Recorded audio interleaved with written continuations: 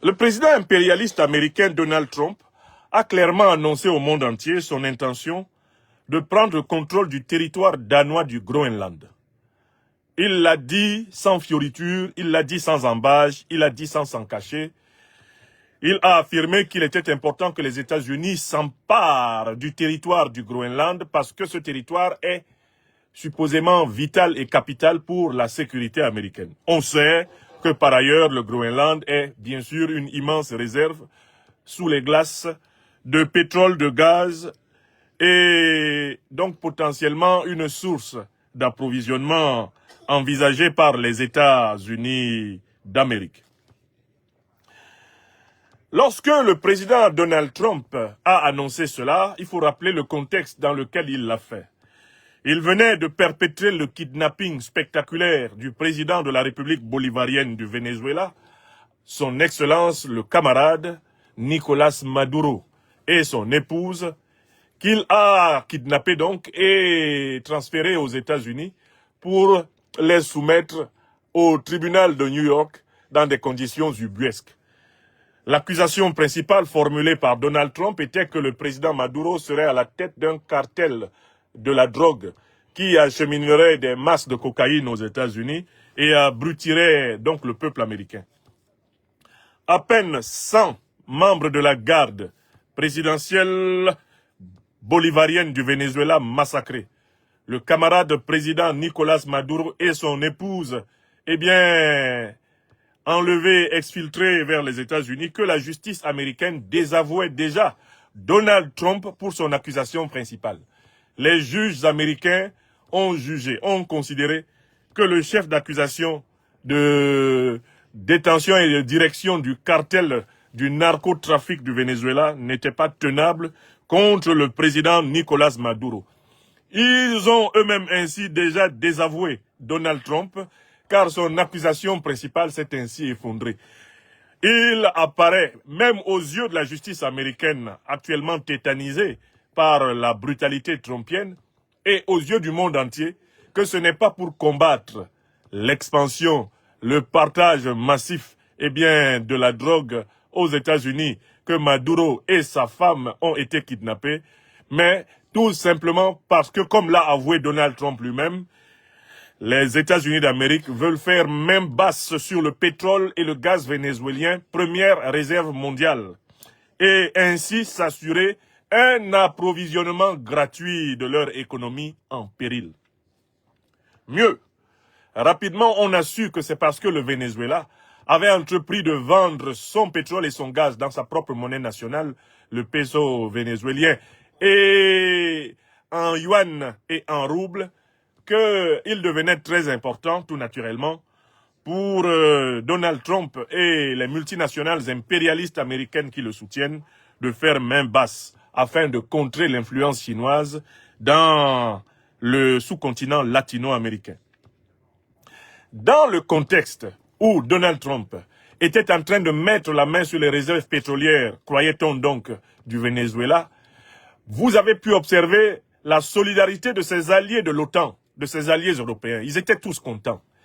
Les dirigeants français, britanniques, allemands, les dirigeants européens, presque tous, ont salué la chute du soi-disant dictateur Nicolás Maduro et applaudi des quatre mains,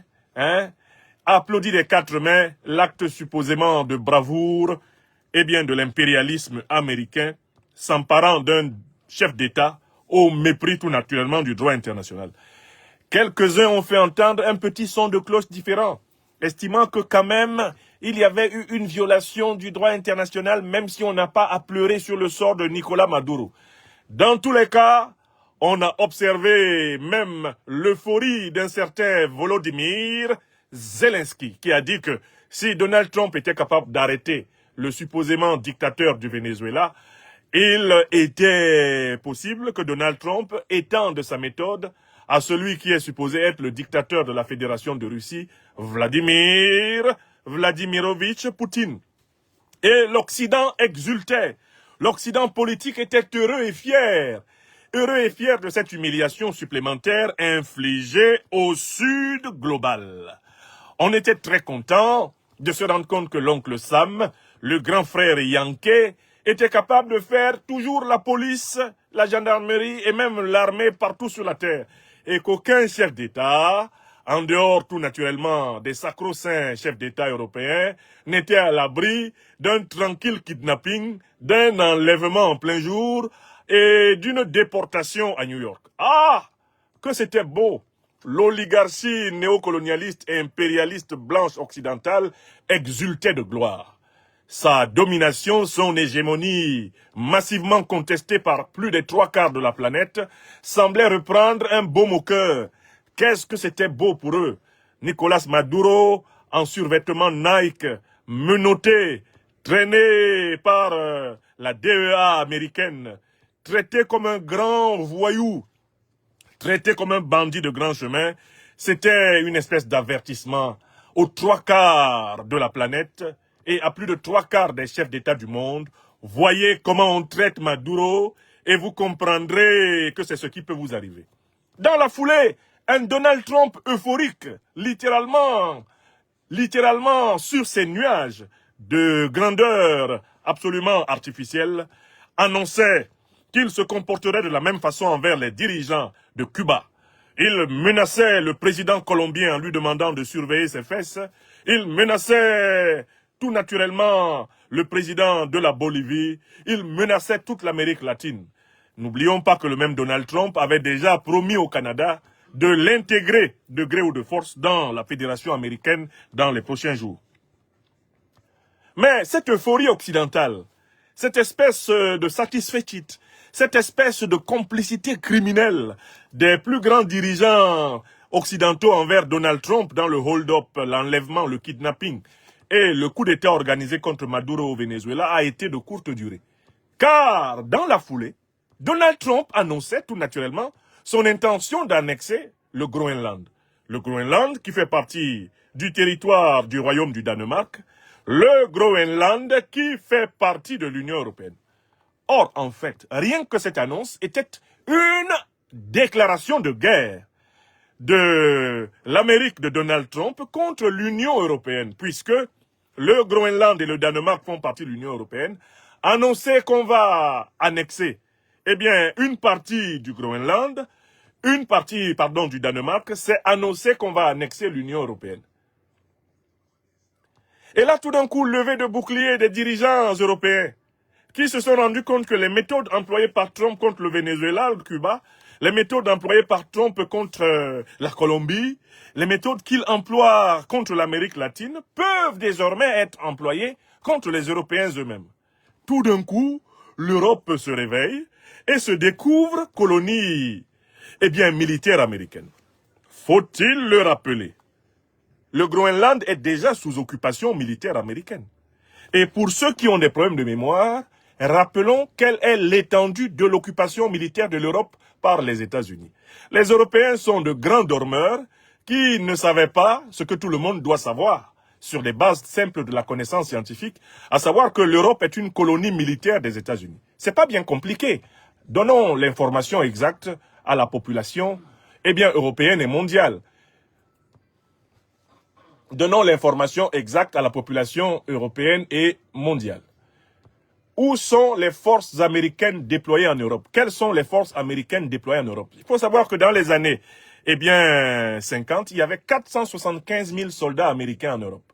Maintenant, on est en 2025 et on peut savoir à peu près combien il y a de soldats américains stationnés en Europe. On peut savoir combien il y a de soldats américains stationnés en Europe. Je prends ici un article d'un centre de recherche, Council on Foreign Relations, c'est un centre de recherche britannique qui nous fait le bilan.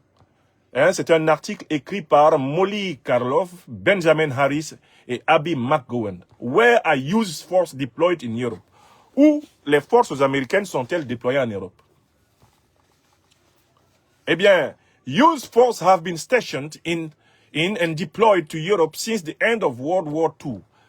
Numbers have fluctuated since that time, reaching highly or roughly 475,000 duty personnel in the late 50s when the US military served as a bulk against Soviet and Warsaw Pact force at the height of the Cold War. Au summum donc de l'occupation militaire américaine après la Seconde Guerre mondiale, il y avait 475 000 soldats américains sur le sol européen. Le site continue. In early 2025, the United States had nearly 84,000 US service members in Europe. En 2025, il y a 84 000 membres des forces de défense américaines en Europe. Et où est-ce qu'ils sont? Ils sont situés. Je vous donne quelques chiffres. En Turquie, il y en a 2000. Ils sont placés en Turquie. Base militaire.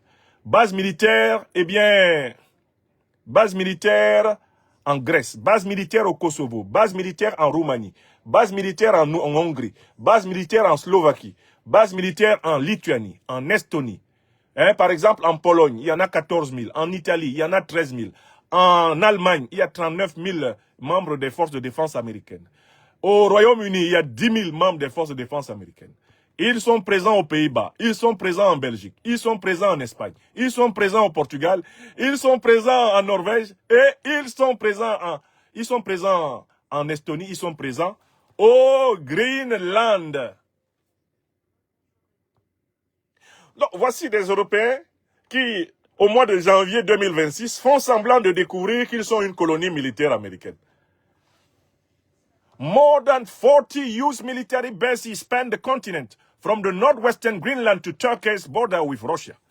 Plus de 40 bases militaires américaines occupent le continent européen, depuis le Groenland au nord jusqu'à la Turquie, à la frontière avec la Russie.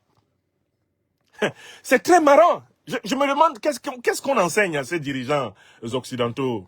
Est-ce qu'ils ne suivent pas bien leurs cours? C'est-à-dire que même un élève qui a fait un cursus normal ici en France et qui a fait au moins jusqu'en classe terminale est au courant que l'Europe est une colonie militaire américaine. Il y a 40 bases militaires américaines en Europe. Ce sont les États-Unis qui sont le grand protecteur militaire de l'Europe depuis la fin de la Deuxième Guerre mondiale. D'ailleurs, ils avaient voulu maintenir leur base militaire en France. C'est le général de Gaulle qui s'y est opposé, puisqu'il comptait sur l'empire colonial français d'Afrique, qui avait composé l'essentiel des troupes de libération de la France dans ces deux guerres mondiales, celle de 14-18 et celle de 39-45. Donc, en fait, Emmanuel Macron décide donc d'envoyer des troupes françaises faire des exercices militaires avec les troupes danoises afin de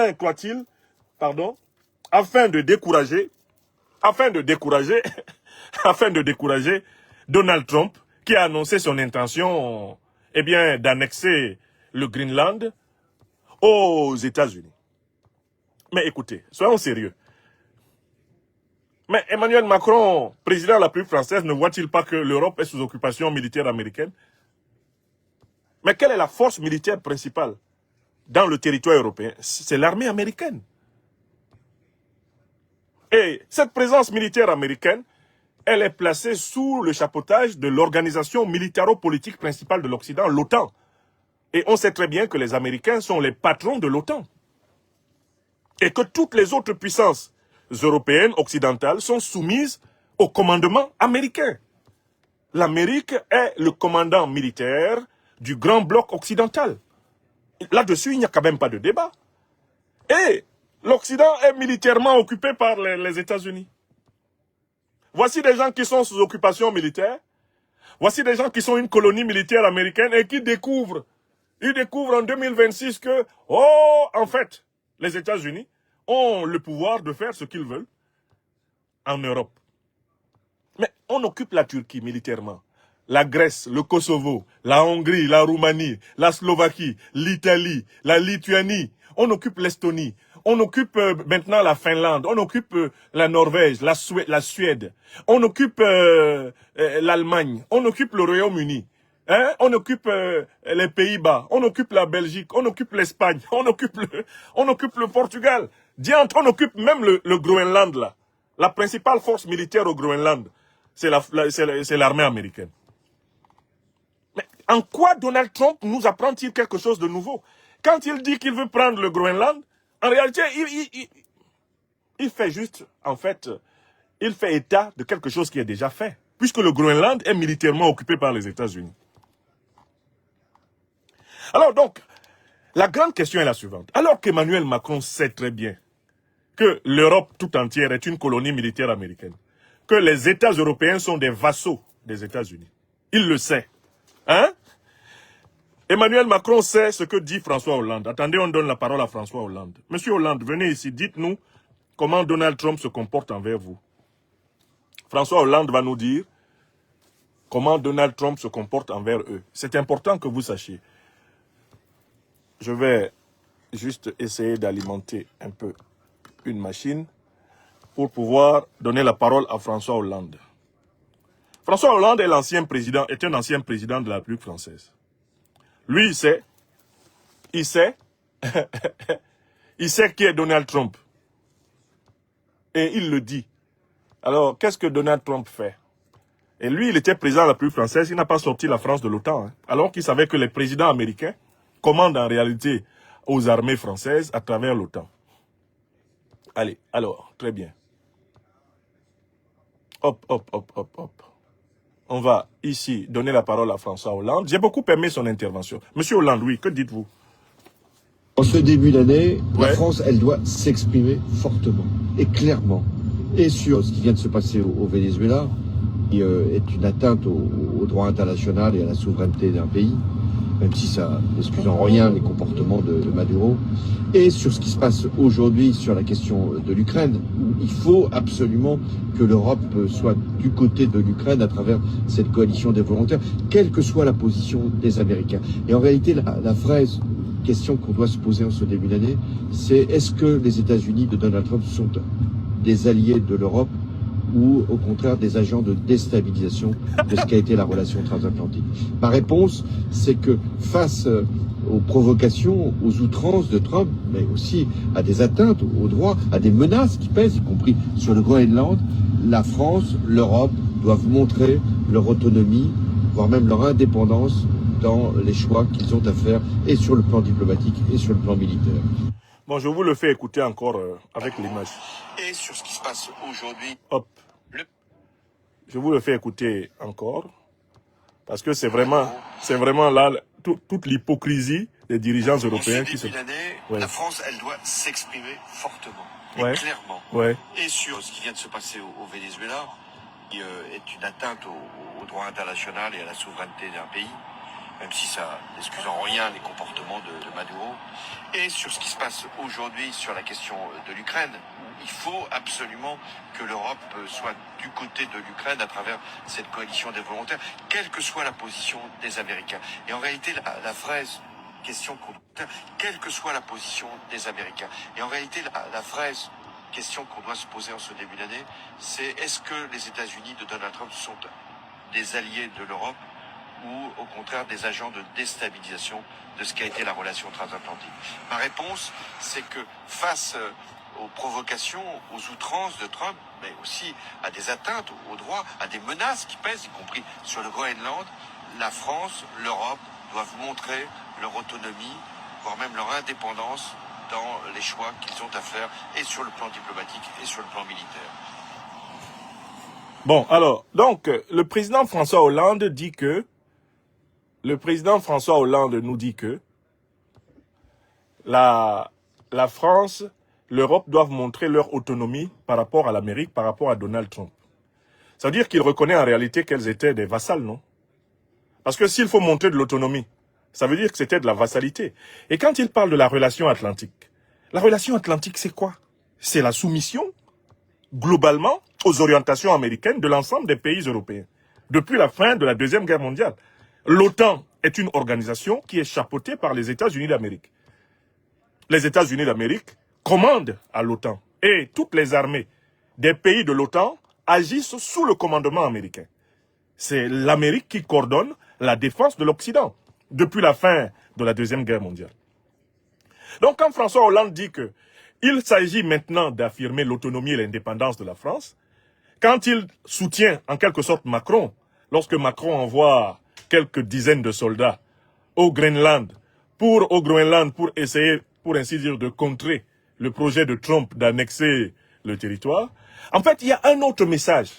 Et si moi je vous en parle aujourd'hui, jeudi 15 janvier 2026, c'est parce que j'ai entendu autre chose derrière ce que vous voyez là. Moi, j'ai entendu autre chose. Il y a un autre message qui est donné derrière cette hostilité, eh bien, de la France, de Macron, à la présence américaine au Groenland et au projet d'annexion du Groenland. Il y a un autre message. Parce que, militairement parlant, l'armée française ne peut pas empêcher l'armée américaine d'occuper le Groenland. La base militaire américaine qu'il y a au Groenland est même capable de mettre en état d'arrestation tous les soldats français qui viennent. Militairement possible, Emmanuel Macron sait qu'il ne fait pas le poids devant Trump. Si l'armée américaine se décide à arrêter tous les soldats français qui ont mis les pieds au Groenland ces dernières heures, elle va le faire dans l'heure. Donc, mais pourquoi Macron prend-il le risque d'avoir une querelle avec Trump? Alors qu'il sait très bien que Trump, les États-Unis maîtrisent le Groenland. Que la puissance militaire dominante actuellement là au Groenland, ce sont les États-Unis d'Amérique. Pourquoi précisément s'acharne-t-il à bander ses petits muscles devant Donald Trump? Écoutez bien l'explication.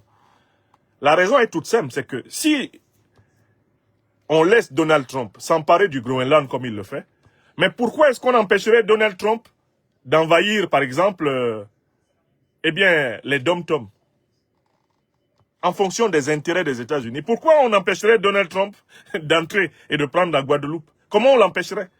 Comment on l'empêcherait de dire qu'il prend Haïti? Comment on l'empêcherait de dire qu'il prend la Guyane française en Amérique latine? Comment on empêcherait Donald Trump de dire, bon, je suis intéressé par la Polynésie française, là, dans l'océan Indien. Oh, j'aimerais bien prendre quand même l'île de la Réunion. Qu'est-ce qui empêcherait à ce moment-là Donald Trump de dire, finalement, je pense que Mayotte, ça peut m'intéresser? Qu'est-ce qui empêcherait Donald Trump de dire cela? En réalité, c'est parce que la France a un patrimoine de territoire acquis pendant la traite négrière et pendant la colonisation, et qu'elle voit très bien que le premier pas de Donald Trump vers le Groenland n'est qu'un premier pas par rapport à d'autres territoires qu'il y a à travers le monde.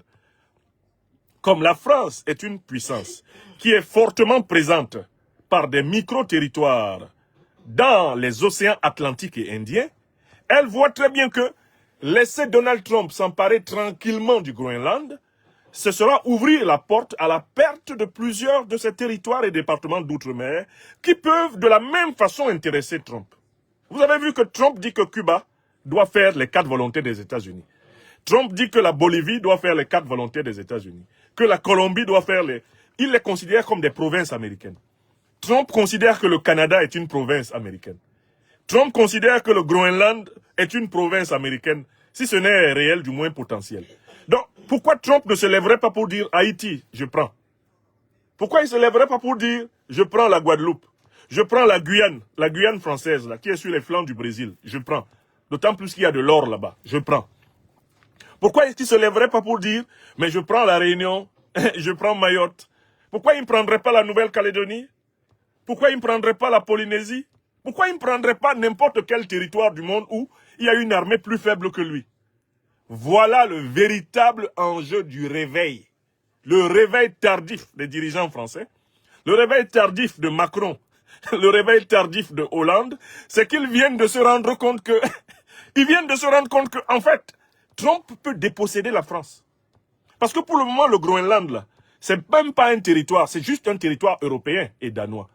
D'accord? Mais s'il se précipite pour aller là-bas, c'est une manière de lui dire, non, ça c'est trop. Nous ne souhaitons pas que vous touchiez à nos affaires. Or, Donald Trump est lancé en politique dans ce qu'on appelle la diagonale du fou. Il n'y a que la puissance qui limite la puissance. Quand vous avez affaire à un homme comme Donald Trump qui a dit que lui, il ne respecte pas cette chose que les gens appellent le droit international. Il a dit que le droit international n'existe pas pour lui. Ça n'existe pas pour lui. Et que lui, quand il sort des États-Unis, il n'a que sa conscience morale. Et Dieu seul sait l'épaisseur, la très mince épaisseur de la conscience morale de Donald Trump. Si le monde entier doit compter sur la conscience morale de Donald Trump pour qu'il y ait la paix internationale, le monde entier se fout le doigt dans l'œil jusqu'à l'épaule. Donc, mes chers amis, le premier sujet que je voulais vous soumettre aujourd'hui, c'est celui-là, c'est la panique du néocolonialisme français, qui se voit perdant son précaré, déjà en train de perdre son précaré africain. Le néocolonialisme français se rend compte qu'en réalité, même les départements et territoires d'outre-mer de la France sont désormais menacés par le grand frère yankee impérialiste américain. De la même façon qu'on menace le Danemark de lui prendre une partie de son territoire, pourquoi on ne prendrait pas les territoires des autres puissances occidentales qui sont pourtant des vassals des États-Unis? Mais comment l'Allemagne a-t-elle perdu ses territoires? Dès lors que l'Allemagne a perdu la guerre en Europe, les puissances qui ont vaincu l'Allemagne militairement en Europe se sont partagées ces territoires d'outre-mer. Oui ou non? Mais de la même façon, Donald Trump est en train d'infliger une défaite militaire symbolique aux Européens, puisqu'il est en train d'occuper un territoire européen, puisque de toutes les façons, il considère l'Europe comme une colonie militaire américaine. Donc, Donald Trump, ayant donc conquis l'Europe, considérant que les 40 bases militaires américaines en Europe permettent la suprématie américaine sur l'Europe, mais Donald Trump va donc s'emparer des possessions extra-européennes des pays européens. Et le dossier est clos. Est-ce que vous comprenez la logique de Trump? Trump est dans la logique de l'Amérique contrôlant la totalité de la planète Terre. Voilà pourquoi il est pour l'effondrement de la Russie, l'effondrement de la Chine, l'effondrement de l'Inde, l'effondrement de l'Iran, toute puissance qui résiste aux États-Unis est dans sa ligne de mire, y compris l'Union européenne. François Hollande vient seulement de se rendre compte. Il fait semblant de se rendre compte que c'est maintenant qu'il a découvert que l'Europe est une colonie militaire américaine. Quel est ce pays-là? Quel est ce pays qui prétend être un pays libre et qui possède sur son sol 40 000 militaires étrangers? Est-ce que l'Allemagne est un pays libre? Ce n'est pas un pays libre. L'Allemagne est une colonie militaire américaine. L'Italie est une colonie militaire américaine. C'est un fait. C'est un fait. Ce sont des vassaux des États-Unis. Et bon, voilà la vérité que tout le monde connaît après avoir étudié dans les livres et lu. Vérifié dans les cartes, cette vérité devient maintenant politique. Enfin, les dirigeants européens se rendent compte qu'en fait, ils ont été canichisés par les États-Unis. Donc, alors qu'ils étaient en train de rigoler et qu'ils étaient tous très contents de voir Maduro dans son survêtement Nike traîner comme un vulgaire bandit aux États-Unis, ils viennent de se rendre compte qu'ils sont tous des potentiels Maduro. Les dirigeants européens là viennent tous de se rendre compte qu'on peut les menotter comme DSK et les amener à New York pour les juger. Ils pensaient que c'était fait pour les Noirs, les Latinos et les Arabes, que c'était fait pour les Chinois, les jaunes et les rouges. Non, la domination impérialiste là n'épargne personne. Elle finit toujours par ceux qui croyaient qu'elle était faite pour les autres. Ce que tu fais te fait. Yom umbong, ouais, disent mes ancêtres Bassa Bantou. Donc voilà la vérité, c'est la panique du néocolonialisme français qui sent qu'il pourrait perdre dans cette affaire tous les restes de son précaré. Ils n'ont même pas vu que ça s'est passé comme ça en Côte d'Ivoire. En Côte d'Ivoire, l'armée américaine s'est installée à l'état-major de l'armée ivoirienne. À l'état-major de l'armée ivoirienne siègent des officiers de l'OTAN, des officiers américains. C'est dans la même période que déjà, le régime d'Alassane Dramane Ouattara a récupéré symboliquement le 43e Bima, qui était une base classique de l'armée française en Côte d'Ivoire. Et bien sûr que l'armée française demeure en Côte d'Ivoire, mais je vous fais remarquer que l'armée française, partout où elle demeure en Afrique, elle demeure sous commandement qui? Sous commandement quoi? Américain. Sous commandement américain. Ils ne se sont même pas rendus compte que ils se sont fait tailler le croupion par les Yankees. Pendant qu'ils passaient leur temps à emmerder les révolutionnaires panafricanistes, ils ont été dépouillés par les Américains. Correctement dépouillés. Ces néocolonialistes français. Ce sont vraiment des naïfs, des naïfs ingérables. Ils n'ont pas vu. Même en Côte d'Ivoire, qui est pourtant une pièce maîtresse du précaré du néocolonialisme français, sont les Américains. Ouattara a dealé directement avec les Américains. Ce sont eux qui assurent aujourd'hui la protection géopolitique et géostratégique du régime Ouattara. Au Gabon, c'est pareil. Oligui Nguema rigole avec Macron, mais il sait que le patron de Macron, c'est Trump. Il ne joue pas avec les Américains. Partout où il y a encore une présence militaire française en Afrique, elle est sous commandement américain, elle est sous commandement de l'Africom, elle est sous commandement de l'OTAN. Ils ont été littéralement, en réalité, sciés par le bas et sciés par le haut, les dirigeants néocolonialistes français. L'Amérique leur a coupé la tête et l'Afrique révolutionnaire panafricaniste leur a coupé les pieds. Ils ont un tiers de leur corps qui flotte dans l'espace. Et ils se rendent compte maintenant, quand Trump entre au Groenland, les dirigeants français se rendent compte que, mais en fait, il va bientôt entrer dans nos territoires d'outre-mer. Oui, il va nous dépouiller. La France ultramarine est en danger. Et c'est pour cela qu'Emmanuel Macron prend le risque de la provocation contre Trump. Alors, comment tout cela va finir? Moi, je vous le dis, sans risque de me tromper, Donald Trump va envahir le Groenland et il n'y aura pas un militaire européen pour broncher. Même les Danois ne vont pas tirer une balle. Donald Trump va envahir le Groenland et il n'y aura pas un militaire européen pour broncher. Personne n'osera, alors que l'Europe est sous occupation militaire américaine, tirer une balle contre un militaire américain. Et donc, le fait que le président français Emmanuel Macron envoie une petite escouade insignifiante militairement, provoquer un peu Donald Trump, va produire l'effet contraire. Il va y aller franco de port. Regardez ce qui va se passer. Il va y aller franco de port. Il va renforcer la base militaire américaine au Groenland et il va imposer, tordre le bras à tous les membres de l'OTAN et il va tordre le bras au Royaume du Danemark en leur disant « c'est moi qui vous protège, de toutes les façons j'ai le droit d'aller partout en Europe comme je veux ». Point barre. Et cela, eh bien, la présidence de la Fédération de Russie l'a bien compris. Il s'agit d'une invasion du Groenland par l'OTAN, au profit des États-Unis. C'est cela.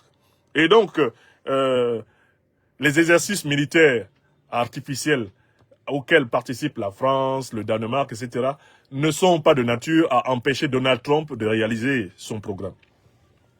Ils ont ouvert la porte en cautionnant la violation du droit international au Venezuela. Ils ont ouvert la porte en cautionnant leur propre violation du droit international, car il faut savoir que la France est championne avec Israël, avec plusieurs pays occidentaux, l'Angleterre. Ils sont champions de la violation du droit international. Ce qu'ils reprochent à Donald Trump de faire au Venezuela, mais ils le font au même moment en bombardant l'armée béninoise à Cotonou, les dirigeants français. Donc voilà des gens qui en réalité ne se rendent pas compte qu'ils ont scié la branche de l'arbre sur lequel ils étaient assis. Leur prétendu droit international, en le détruisant, ils se sont détruits eux-mêmes. En le détruisant, ils se sont détruits eux-mêmes. Partage la vidéo et puis abonne-toi.